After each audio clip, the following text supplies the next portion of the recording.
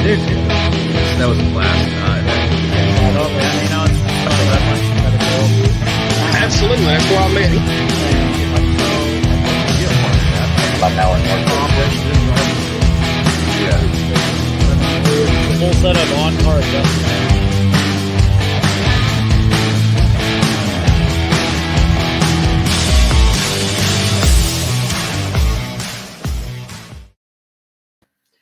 Good evening, everyone. I'm rolling solo tonight, so bear with me with a little bit of technology fun.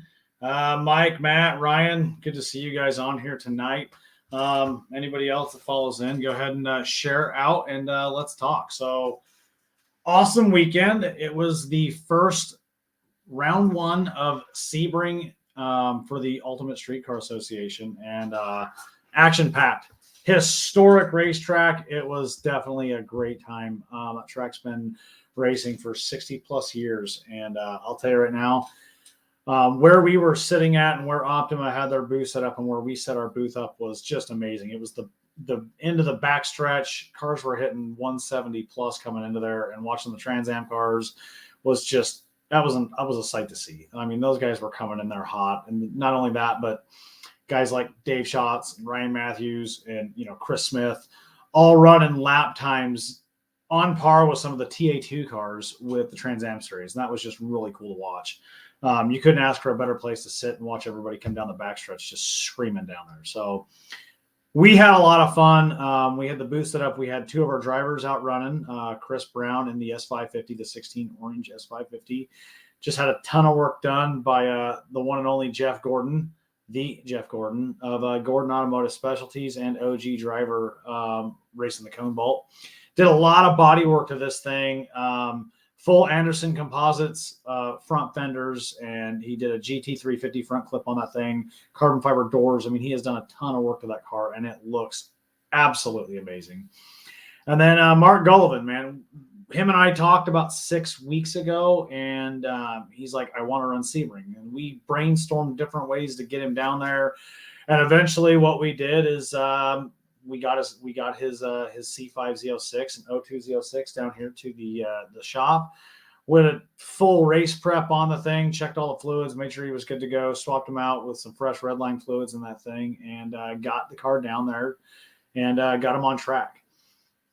What's really impressive about that is he ended up running top 3 lap times in the blue group in a pretty much bone stock car on 3-year-old rivals, which everyone knows nowadays the tire of choice is an argument between the the Yokes or the RE71 RSs, or pick your poison. And he's running on date code 2021 rival S's, and he was able to run times like that. And these aren't fresh tires. I mean, they had some laps on it, and he got out there and just tore it up. So it was really awesome to see him get the Corvette out there and get running and do quite well. He ended up finishing third in GTL, which was just a great weekend. So we're going to go through and recap some of the results here. Bear with me on my Ben Timo Gordon. Tim Gordon on there of the Bing Bong duo. Where's Jeff at, man? Get him on here. So bear with me as we kind of go through this. We all know that my technology advancement is not exactly the greatest. For those of you on Instagram, good to see you guys on here. I'm still trying to hash out how I'm going to address comments and stuff on the Instagram side. So bear with me. But yeah, let's just go ahead and get started in this thing. Looking at the autocross times. All right. So autocross was competitive. Looking at the GTV class, the top 3 times in GTV were separated by 0.3. Big congrats going to Chris King. Came out on top with a 28.7.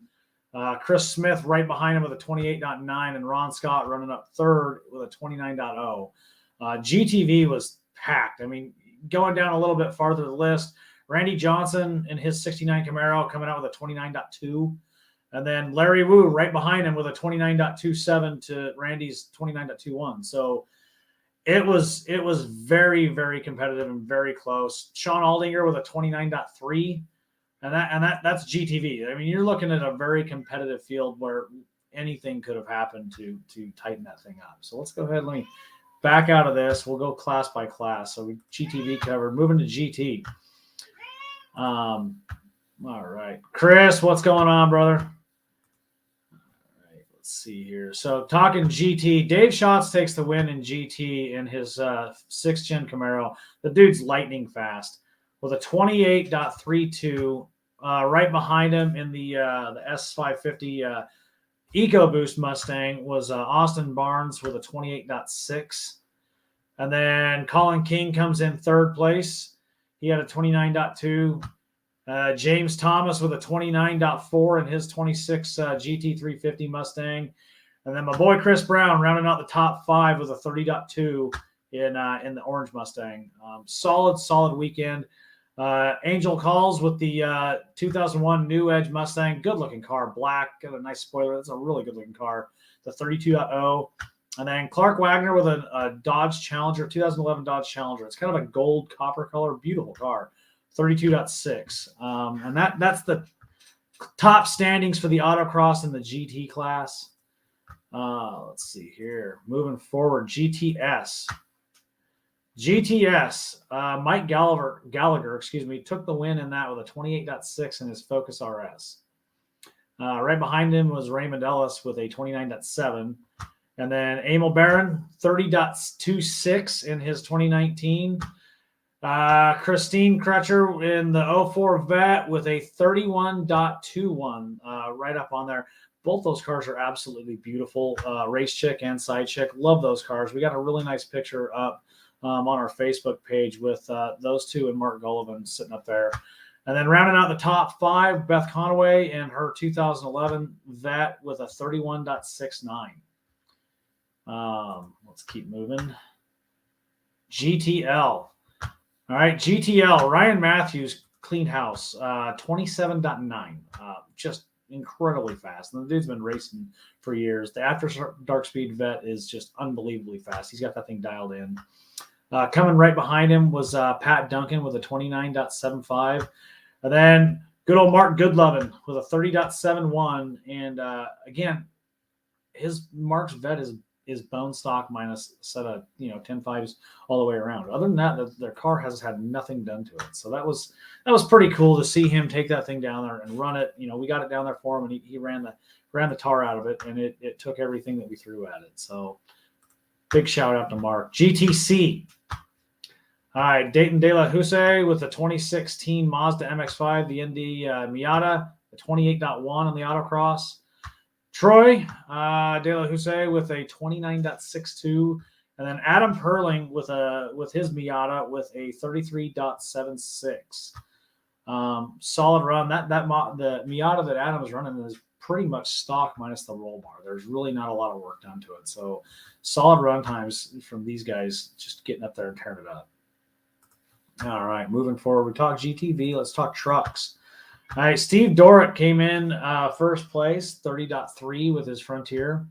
Lars Ekberg in the 2003 Lightning with a 32.4. And then Henry Crom, the 68 Ford F100 Blue. This is a beautiful truck. Came in third place with a 36.95. Very well done truck. One of the really good looking trucks out there. All right, and then we had GTR class, which was the replicas. Dan Long with his GT40, the 32.15, and then Patrick Lever with his GT40 with a 34.68 to round out their class. And then finally, Outlaw. Justin Peachy set the overall fastest time of day. Unfortunately, he ran into a few issues with his car, a little bit electrical gremlin, but he ended up coming up with a 27.98. James Elliott behind him with a 28.21. Anthony Palladino with his Roadster, little 69 Datsun Roadster. Neat car. That thing looks like it's ready to crush. 29.55. And that rounds out our autocross times. Big congrats to the guys there. Again, especially the GTV class. I mean, it was a competitive class.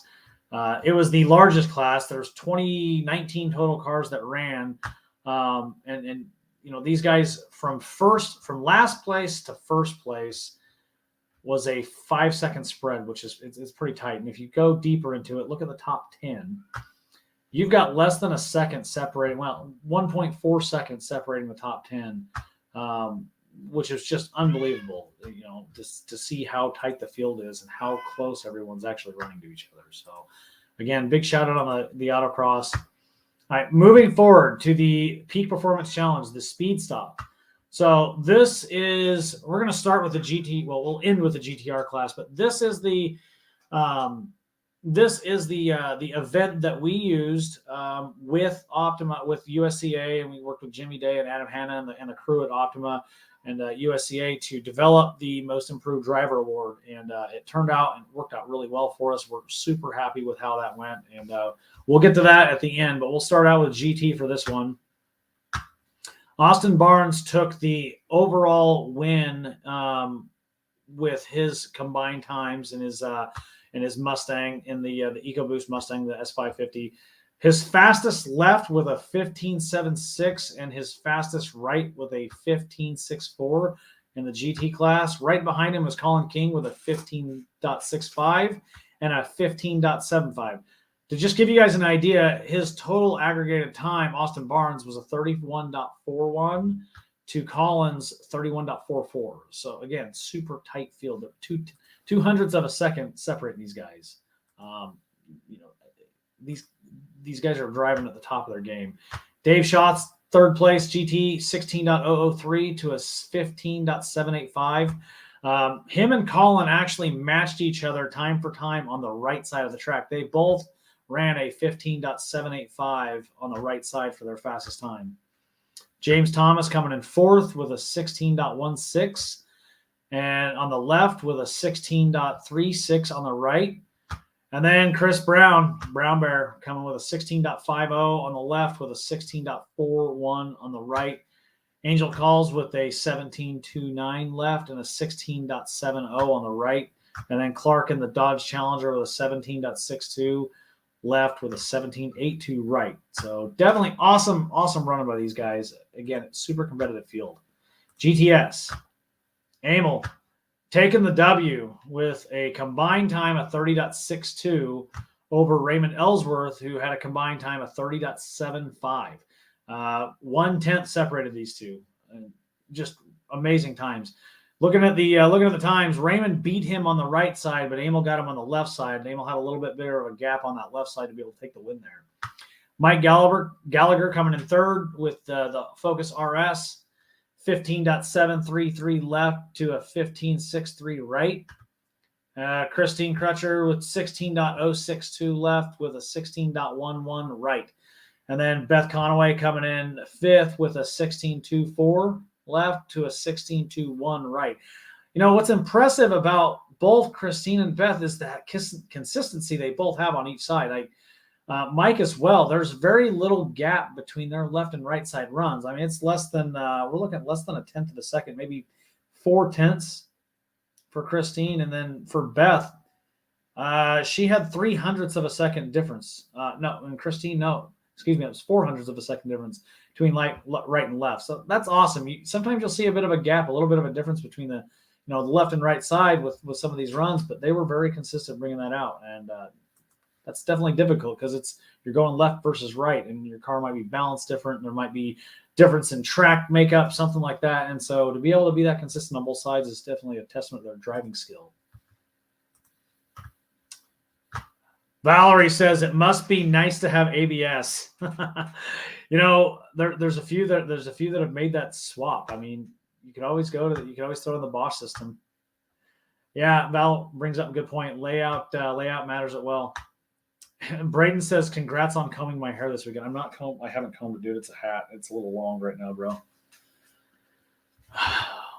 It was a blast. And, for those of you watching and tuning in, Braden and I will be at Thunder Hill this coming weekend. I'm flying out Thursday. We'll be out there. He's driving down from Washington State. So we'll be looking forward to seeing you guys out there. All right, let's go ahead. Let me check Instagram real quick. Check on you guys. Hey, if you're watching on Instagram, thank you for joining in. We'll try to keep checking up on these comments. Hippie, thank you. Thank you, Val. I try. Do you like the locks? How's that? All right, moving forward, GTL. All right, Pat Duncan pulls out the W in GTL for the Peak Performance Speed Stop Challenge. 15.60 left to a 15.64 right. Again, very close. He's got 0.03 of a second between each side, which is impressive. Ryan Matthews taking second place with a 15.83 left and a 15.61 right.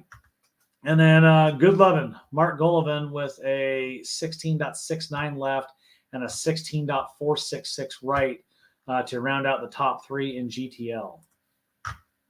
GTC. All right. Dayton in the ND. Miata coming in first place, 16.08 left to a 15.87 right. Troy with a 16.09 left and a 16.03 right. So interesting to kind of see that, that it seems like a lot of people were running a little bit quicker on the right with this particular run group. And again, it layout matters. In any little thing, your driving style, you might feel a little bit more comfortable. You might be able to see a little bit better coming into the right versus the left. It just depends on, your skill. But to see these times as tight as they are left and right, it's impressive. Adam Perling rounding out the top three there, 18.47 left to an 18.52 right. I got a chance to talk to Adam for a little bit. Super nice guy. I hope to see him out at more of these things. It was definitely a blast to get to know a lot of these people. All right, GTV. All right, Chris Smith in the Angry Smurf coming in hot with a 15.15 left and a 15.16 right. 1/100th of a second separating his left and right side. Wow. And then Ron Scott coming right behind him with a 15.34 left and a 15.39 right. Larry Wu.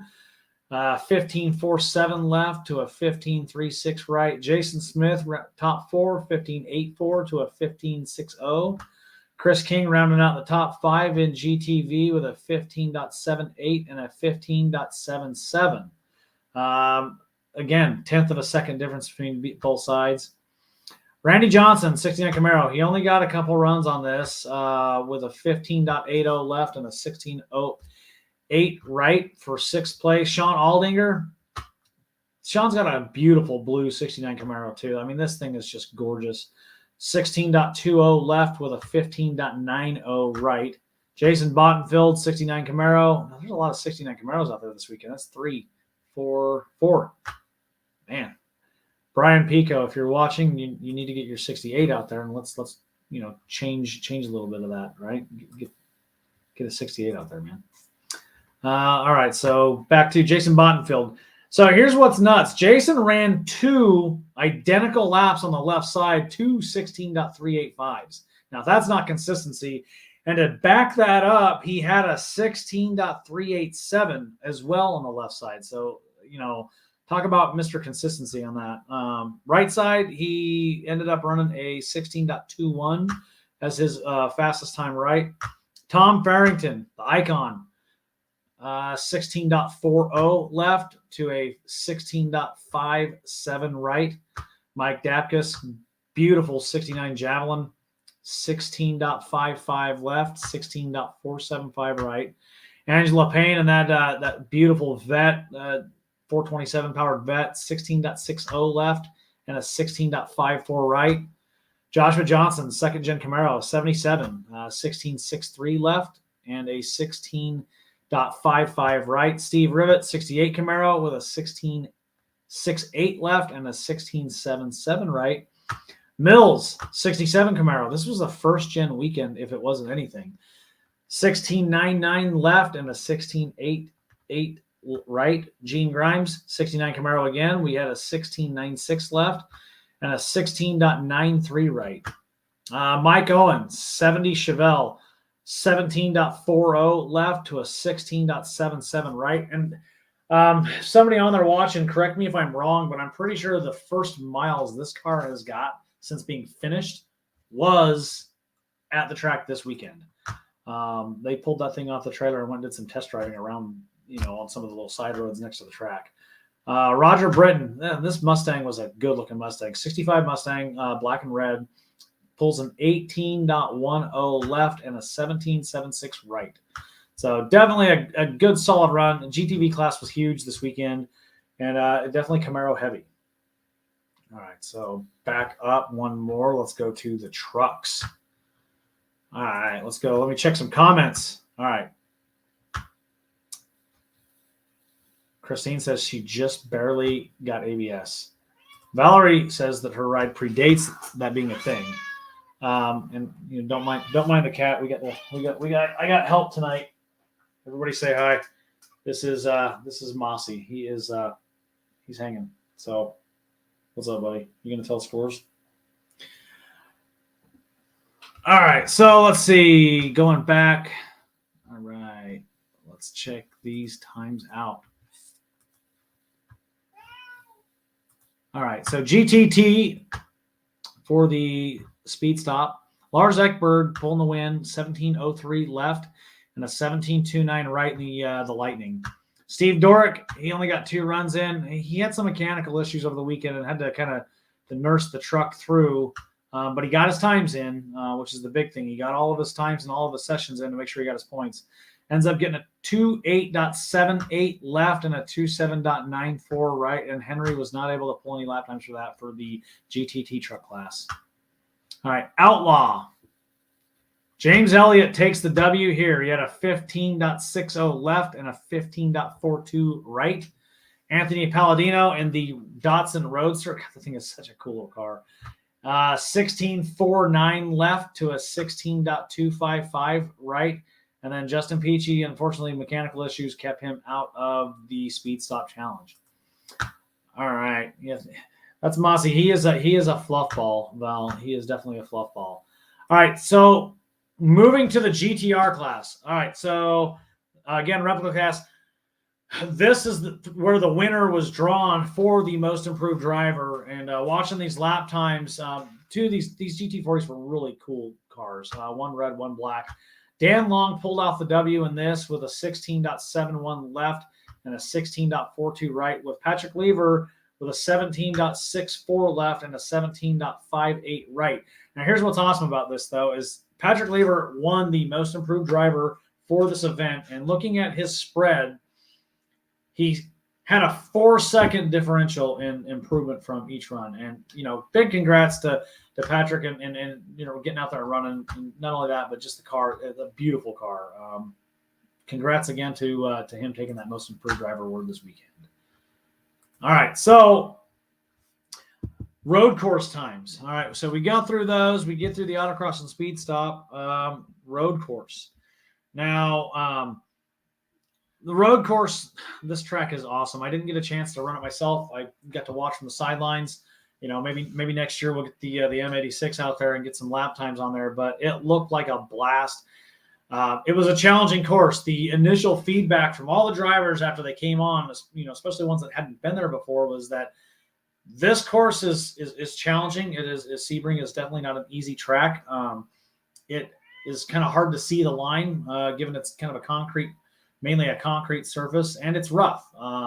It's got kind of a tarmac feel to it, from what a lot of the drivers said. And as you watch some of the cars coming into turn 17 off of that backstretch, you can see the amount of movement the cars got, the suspension and the articulation of the cars is kind of around in that corner. So definitely a challenging course, provided a lot of challenges to everybody.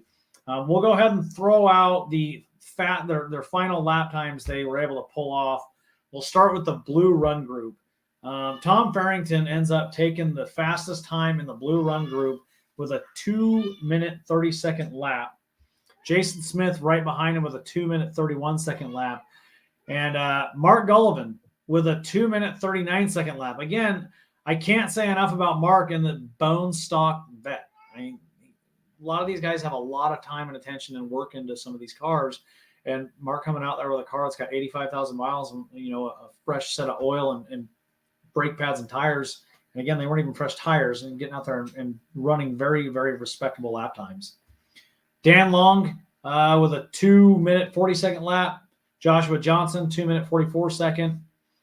Lars Ekberg in the Lightning with a 2-minute 47. Angel Calls with his New Edge Mustang, 2-minute 49. Christine in the vet with a 2-minute 51-second lap. Beth Conaway, 2-minute and 53 seconds. Adam Perling.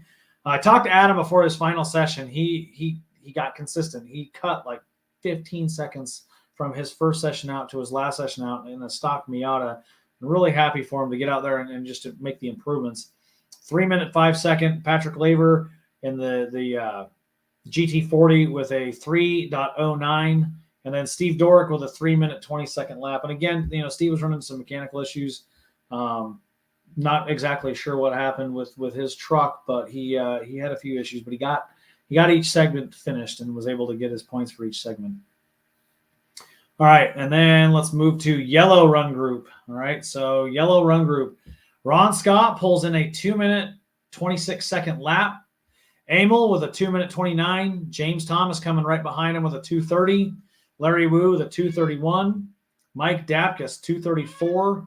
Anthony Palladino with a 2:34 as well. These guys were separated by 0.3 on the road course, so solid running there with those guys. Chris King, 2:34 also. Sean Aldinger comes in with a 2-minute 40-second lap. Angela Payne, 2:42. Gene Grimes with a 2-minute 40-second lap. Or no, something's a little bit of snafu with that time there. I'm not sure what's up with that. Clark Wagner, 2:45. Steve Ribbett with a 2:49. And then Robert Britton rounds out the yellow group with a 2:50. All right, and then moving into red group. All right, red group. Let's take a look here. All right, so these top 3-4 guys in red group ran fast enough that they could have kept pace with the TA2 cars that were running for the Trans Am Series, which is just unbelievable. So we'll start out. Dave Schatz with a lightning fast 2:16 in that 6th-gen Camaro. Ryan Matthews right on his heels with a 2:16.5. Raymond Ellsworth with a 2:18. Dayton De La Houssaye with a 2:20. Colin King with a 2:22. Chris Smith coming in with a 2:24. Jason Bottenfield, 2:27. Austin Barnes with a 2:30. Pat Duncan with a 2:30. Troy De La Houssaye with a 2:31. Mike Gallagher with a 2:31. James Elliott coming in with a 2:31 in his vet. And then Chris Brown rounding out the red group with a 2:33. So, again, solid running by everybody there. Everyone showed massive amounts of improvement on track and kind of figuring out the line. Track seemed to come together with grip towards the end of the day as well once it kind of got heated up. Earlier in the morning, I think we started out about 45, 48 degrees in the morning. It was cold, relatively speaking, for Florida. It got warmed up. I think we're about 75, 78 degrees towards the end of the day. Track kind of came in, and it was a really good day of racing. We had an absolute blast there. I loved hanging out with everybody, getting to know some people. I got to spend some time with Christine and Emil, awesome people. And if you haven't had a chance to take a look at their vets, look at them. Race Chick and Side Chick, both awesome. They've got a really cool story behind the wrap and what that means to them with the veteran suicide 22 a day and the battles that some people will face with PTSD. Very near and dear to my heart. So definitely love the setup that they've got on their cars. It's a beautiful car. Beautiful pair of cars. And just getting to hang out with 2 of the OG drivers we've got with Chris and Mark. It was a blast. And, I can't say enough about the USCA crew making us feel right at home. Our first event as a sponsor for this series. We definitely enjoyed it. And we can't wait to get out there next week for Thunder Hill. So I talked a bit fast. I know I'm running at 100 miles an hour, but any comments or questions we've got from the field, from you guys all watching on here? Looks like we got a few on the Instagram site as well. And go ahead and throw me a couple questions. We'll give a couple minutes out for that. Let me know what's going on, everyone. Let me take a quick sip of the good stuff here. Oh, you can't see it. There we go. Boom.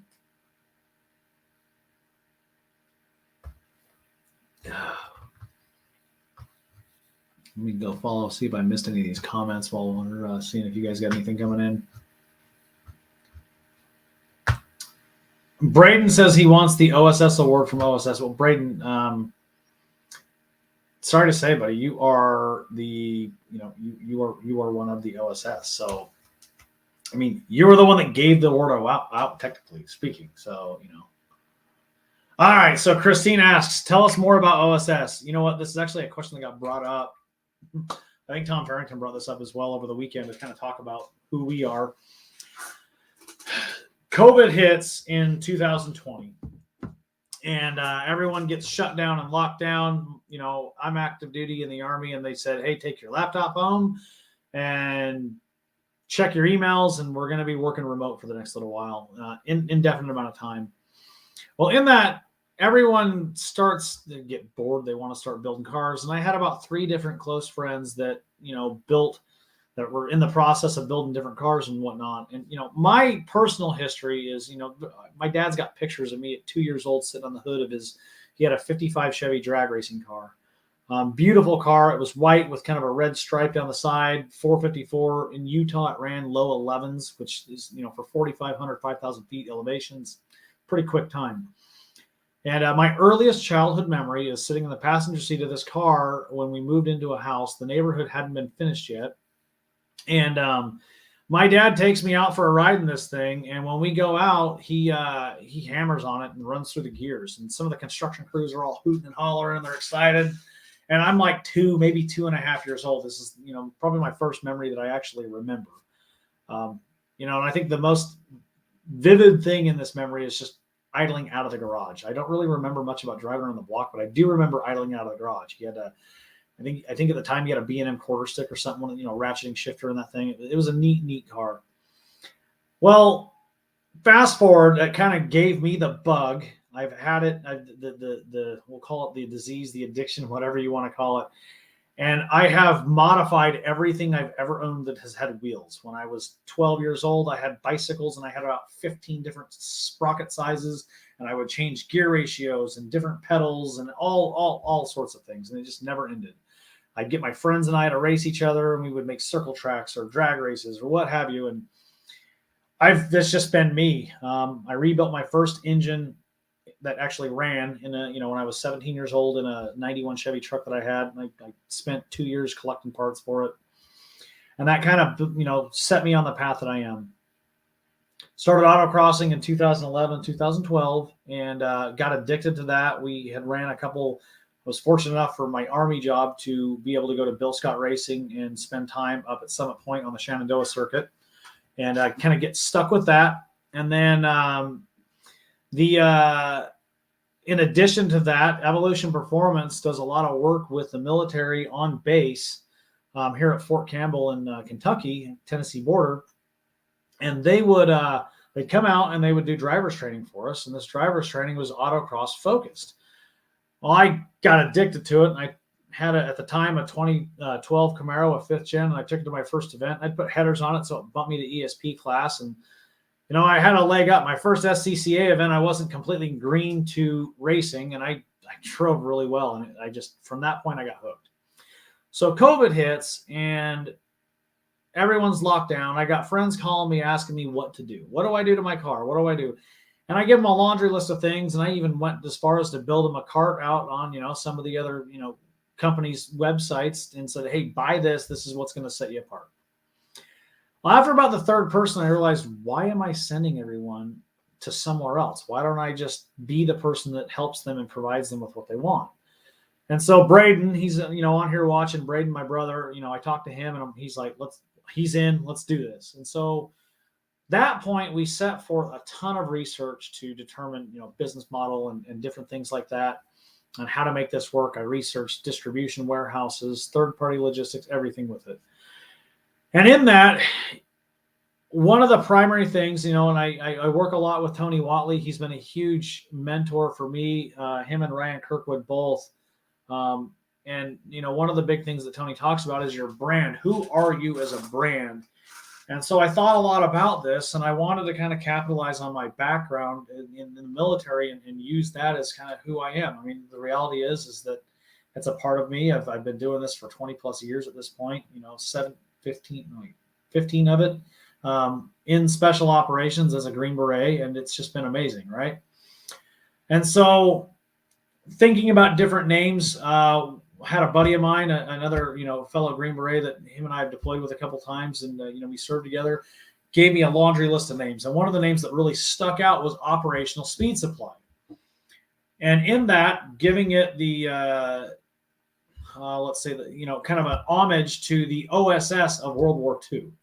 Now, the OSS in World War II, going to a little history lesson here. The OSS in World War II was a clandestine organization that was ran by a former general, retired general by the name of William Donovan, who made a name for himself in World War I. Very, very, very good leader.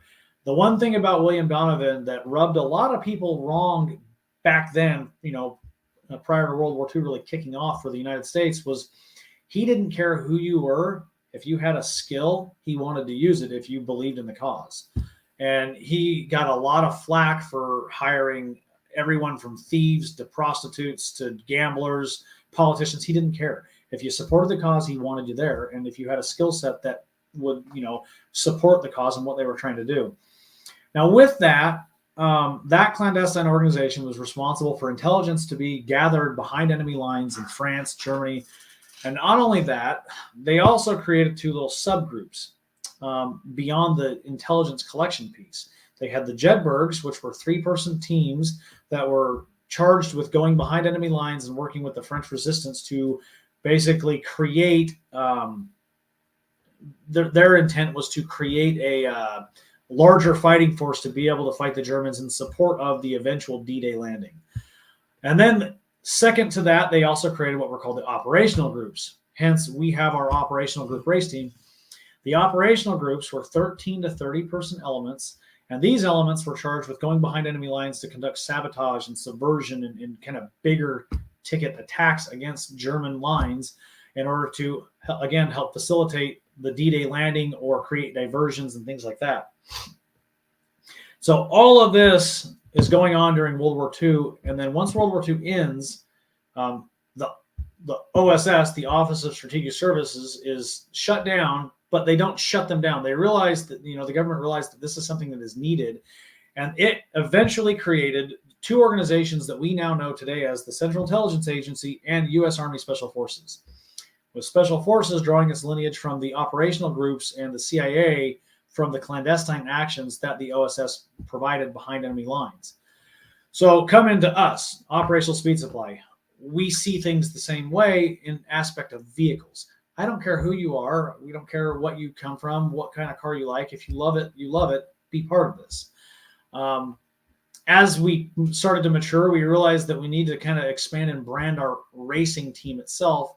And one of the first people on there, Brian Pico, with his 68 Camaro came on. He's a good buddy of mine. We never served together, but we both served in the military. And I had the honor of attending his change of responsibility ceremony after he relinquished leadership role for a unit that he'd been in leadership of for about 4 years. It was a really neat thing to be a part of. And, Brian's one of my closest friends now. So at that point, created this race team. We're like, what do we do with this? What do we call it? Well, we decided on calling it the OGs. And our OGs, rather than being charged with going behind enemy lines and creating wreaking havoc on everything, ours are charged with going out, having fun, helping others have fun, racing their car and doing what they love to do. And that's what we want to see. And so we've moved that and expanded it to, we've got Tim Gordon, we've got Jeff Gordon, Brian Pico's on there, Mark Gullivan runs with us. We've got Hector Rivera, a good buddy of mine here at Campbell. He doesn't run so much of the autocross with us, but he does a lot of NASA track days. He's got a really, really well-prepped Miata. Matt Burney, garage engineer. Very, very neat person. I love this guy to death, and he's very meticulous in everything he does. And then we've got John Ward running his 6th-gen Camaro. And then Chris Brown, Brown Bear, rocking and rolling with his. And so we kind of created this team and to just mutually support each other. And not only that, but support others on track.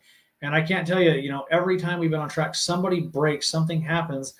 And if not all of us are over there trying to help them, at least one of us is over there helping. And that's what we have set out to do. And if your car doesn't break, but you need help driving, not one of us has ever said no to hopping in and giving some pointers around the track, because you never know what you're going to get from having somebody sit passenger side with you to be able to kind of point out different things you may not see or notice. And so that kind of is what has created our team. Over the last 2 years, we have grown very close together. And I'm proud to say that a lot of these guys on this team are some of my best friends. And so that has it's kind of transformed into what we are today, and we've shifted gears rather than kind of shotgun blasting the entire industry with what we are. We're focusing on really what we love to do, and that has kind of led us down the path to support the USCA and come on board as a sponsor for USCA.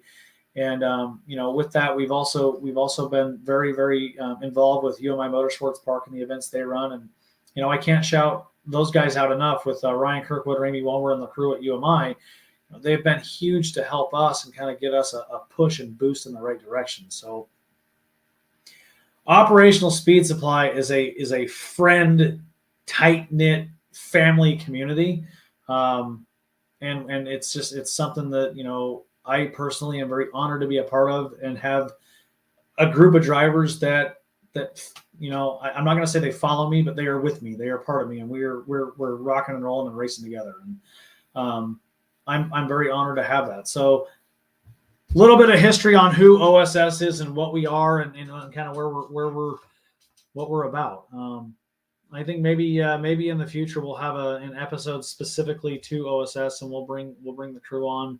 Braden, we'll have him on, and Chris and Tim and the crew, and kind of just share with what we're doing and who we're about. So, I hope that that kind of helps out there. Anything else? Any other questions? Let's see. Eddie Tilrock. Eddie's got a good looking little third gen too. Idol of his dad, 68, used to rock him asleep as a kid. That still has the car, and he's getting ready for his second 6 summer drag week. That's awesome, dude. I love to see that. It's a really cool deal. I have not attended a sick week, but I've watched and followed a lot of the media. It's really cool to see those guys tear it up on those drag and drives. It's Summit Autocross Week is very similar with the autocross focus, so definitely check one of those out if you can. Christine, yeah, thank you for asking. I didn't even think to kind of share that, but that's a little bit about who we are. If you see us at track, come say hi. Come say hi and just talk to us, and we'll share stories about racing. If you serve, we'll share stories about different things that we may have done together, because it is an incredibly small world, and you never know. Eddie, I don't know if I'm going to make it to LS Fest this year. In May, we're making the move and taking everything down to Florida. We're not taking our talents to South Beach, but we are taking them to Central Florida, and we will be outside of the Tampa area. Excited about that. Between the Firm, Daytona, and Sebring, I've got a racetrack within 2 hours in every direction. And there's another private club that's located in Tampa that I need to do a little more research on. So we're excited about getting down there for that. And, it was February. I woke up to 48 degrees in the morning, and it ended at 78 degrees when the sun started to go down in the afternoon. So I can't complain too much. When I left Tennessee last week, heading to Florida, it was 25 degrees here. So that sunny Florida weather is going to be nice. It might make it a little bit harder to get some of these other northern events. It's a little bit of a haul for some of those, but you know what? It's all good. We're gonna make the best of this thing and really rock and roll. Braden. All right. So Braden brings up the story. I got to share this. Do I feel bad for running from the police after street racing through the rural streets in Utah? All right. Okay. No, I'm not a criminal. Statute of limitations. This happened 20 plus years ago, but we'll share this. So my dad and I worked for a Chevy dealership that was about 30-ish miles away. Now, out in Utah, 30 miles, it seems like a lot, but it's really not. Everything's wide open out there. And ironically, of anything that we had two 1985 Honda CRXs, and it had little carbureted 4-cylinder engines. They had no power. My dad's was geared differently than mine. His would do 75 at about 3,500 RPMs. Mine would do 75 at about 2,800 RPMs. And these things, they got 40 miles a gallon, which is why we drove them, because it got 40 miles a gallon. But they had no power. Like, the fastest that thing could go downhill with the wind was maybe 95 miles an hour. But one day, my dad and I were driving, and we used to have these little two-way radios so we could talk to each other on the ride home. And yeah, Jinx, my first performance car was a CRX bone stock. I beat the tar out of that thing. Pretty sure I had all 4 wheels off the ground at once. But my dad and I are going through these little back road farm roads, and he slows way down, like 20 miles an hour in a 60. So I go to pass him. And as soon as I go to pass him, he mashes it, and we start running. And I'm telling you, man, between the two of us, it looked like we were, Dell Sr. and Dell Jr. running at Talladega, nose to tail, just screaming down this road, doing like 80. And again, it's a little farm road, so it's not exactly wide. So 80 feels really fast, especially in the CRX with, stock tires and no modifications. Well, as we're flying down the road, Highway Patrol blows by us in the other direction. I'm like, whoa. And we both land on the brakes. And if I wasn't this far from the back of my dad's bumper from hitting him, I hit him. It was that close. So I get on the radio and I'm like, hey, man, I'll catch you later. And I just turn the radio off. And backside of this story is I was running plates off my dad's other Honda Civic that he had, and I had sort of borrowed his insurance card and stuck it in mine. So in case I got pulled over, I had at least a valid insurance card and a plate that rang up as being legit. And most cops in Utah had no idea the difference between a 1980 Honda Civic and a 1985 Honda Civic CRX. So we take a left to go up the road to the house. The road kind of crests about 20, 30 feet up and then dips back down and then goes back up the rest of the way. And we lived in the benches in the mountains of Utah. As it dropped down, it had a right turn. So I took that right turn and flew up that road as fast as I could. I look in my mirror and the cop's chasing my dad. He didn't see me make this turn, thankfully. Well, I keep driving the car, and I had a buddy of mine that lived about 3 blocks away, and he had about 10 acres of property, and I went and parked my car in his barn. I run up to his house. I knock on his door. I'm like, hey, dude, my car's in your barn. Don't worry about it. I'll tell you about it tomorrow.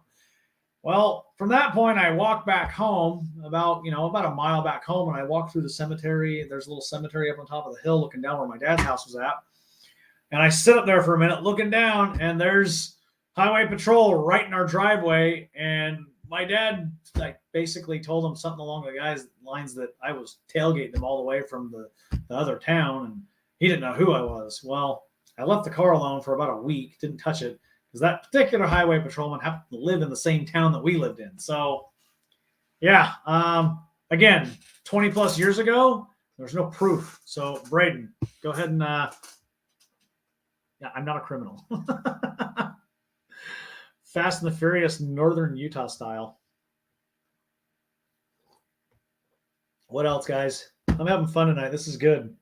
We got good following. Jamie, what's going on, brother? Scott, Beth, Jason.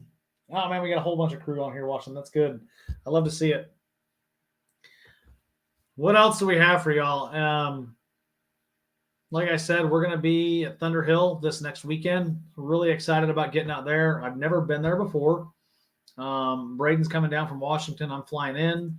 And we will we'll have our booth set up there, and we'll be taking part in the facilities. It's going to be a great time. All right. Let's see. Jamie, I need a drink after this weekend. Jamie, cheers, bro. Green screen's killing me. Well, whatever. There you go. For those of you that don't know, Jamie Elliott brought his really wicked C5 down to Cone Strike last year and clocked 124 miles an hour on the course. So had a little bit rougher of a weekend this weekend, but nonetheless, I love watching the car run. I love hanging out. Jamie's one of those guys that's it's good to hang out with you, bro. Definitely a busy weekend. Once we finished with the award ceremony, I got in the truck and boogied on out of there. And other than about an hour stop at a rest area in Georgia, it was a burn through the night. Jinx, I am in Tennessee right now. I got in this afternoon. I'll be here this week and then flying out Thursday. You guys are out here for another course. Is it this week that you're here? We had Jinx on a couple weeks ago when he was here for a course. So yeah, go ahead and let me know, man. And Braden keeps jumping back and forth between different sources of feed because we've got the autocross group, we got the OSS page. Throwing comments everywhere. Jinx, we'll definitely get together, man. I've got to come on base tomorrow, and so I'll try to see if I can swing out there and say hi to you guys. And maybe throw me a couple laps in the car. All right, Eddie, you're going to be doing a trailer soon. Let me know at Adventure Run. I'd love to bring the car out and run with you guys once I've got it all back together. Definitely, man. I'd love to do that. I got to we're getting the autocross here is going to be taking place. First events in 3 or 4 weeks. I've handed it off to Rusty Olson and his brother Trey Olson. They're going to be handling all that this year, but I'm going to help out for the first couple events to just make sure they get everything on their feet. So we'll be definitely getting that stuff set up. So get in the autocross group, autocross operators, if you haven't. So definitely come out and check that out. Full class competition tomorrow, Jinx. All right. So you're saying come by in the afternoon. You know, last time you guys jinxed me. You throw me in the car, you get my buddy in there, and I'm pretty sure that you gave him extra attention. Rocking that little Audi. That thing was a lot of fun to drive, but yeah, I'm pretty sure you guys set me up for that one. I don't know, man. Do I trust it? Insert racer excuse here. I've got all of them. Just give me a few minutes. I'll tell you about them. All right, guys. We've been on here for a good dang near an hour. I love it. It's been a great show. I really appreciate y'all tuning in. We will catch you guys this coming week at USCA Thunder Hill for round 2 of the Ultimate Streetcar Association. And as always, a big shout out to Redline Oil for their support to our team and just everything that we're doing. Jinx says it's a chance. Good stuff. Well, right on. Well, guys, again, thank you for tuning in. Y'all have a good night, and we will see you soon.